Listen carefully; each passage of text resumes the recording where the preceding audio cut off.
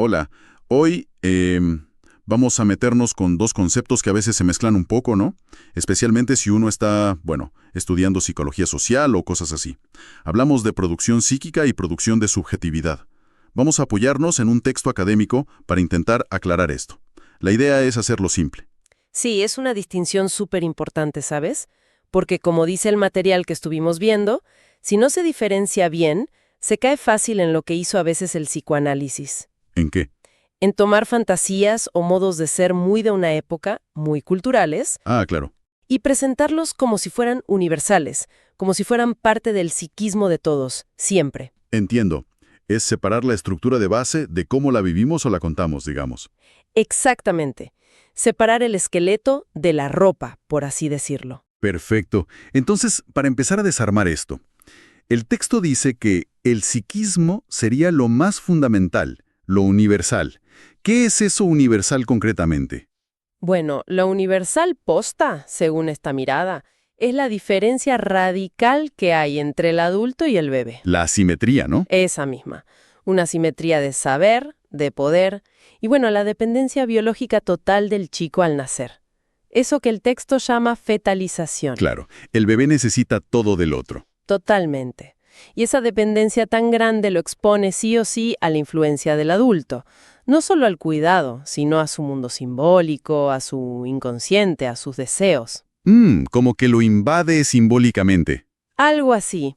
El texto habla de parasitación simbólica, que genera una maduración psíquica muy particular, medio a los apurones, una prematuración. O sea, no es solo darle de comer.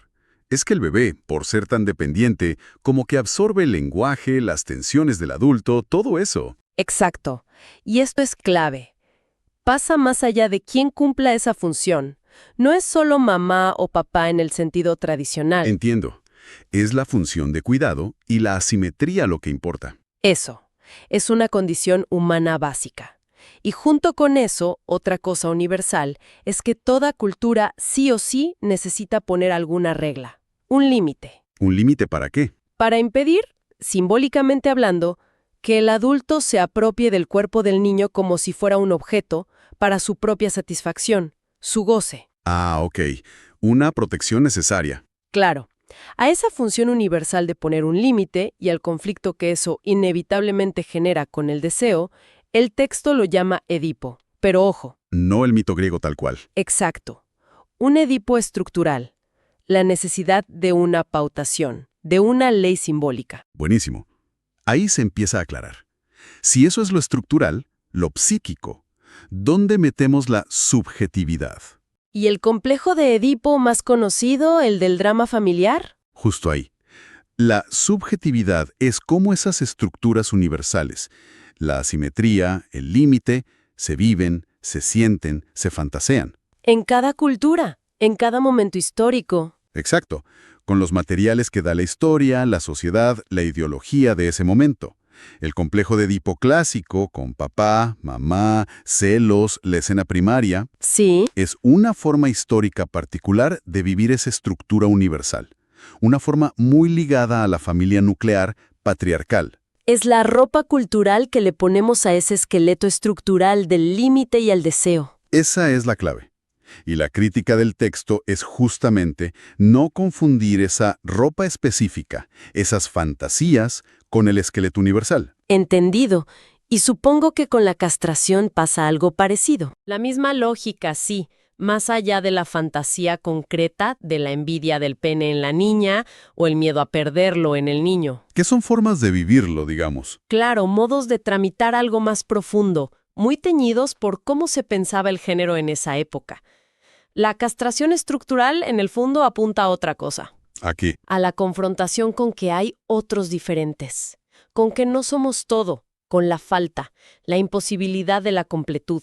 Aceptar que hay una diferencia fundamental. Eso, la diferencia sexual fue un modelo muy fuerte para pensar esto, pero la forma en que se fantasea esa diferencia, bueno, eso sí cambia. Y el texto dice que esos cambios se ven hoy en la clínica, ¿no? Exacto.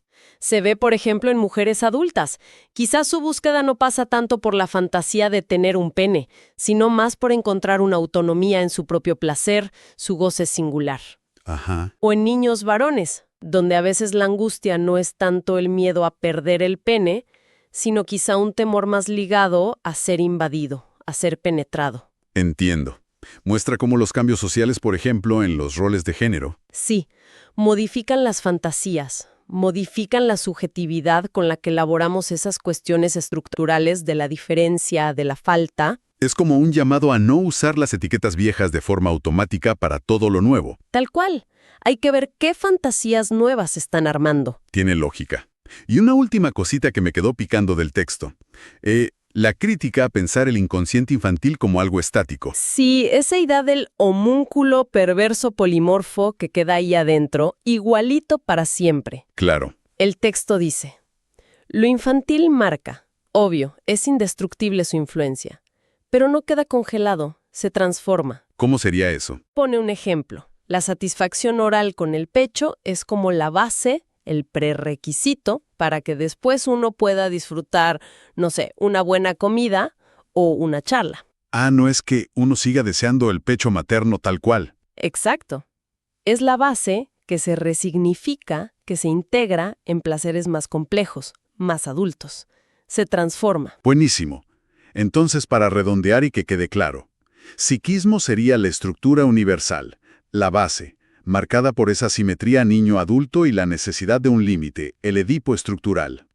Y subjetividad es cómo cada época, cada cultura, cada sociedad viste esa estructura, cómo vivimos, fantaseamos y le damos sentido a esa base y a la experiencia de la diferencia, la castración estructural. Precisamente, la clave es esa, poder diferenciar la estructura de sus manifestaciones, de las fantasías concretas que siempre, siempre van a estar teñidas por lo social, lo histórico, lo ideológico. Quedó clarísimo.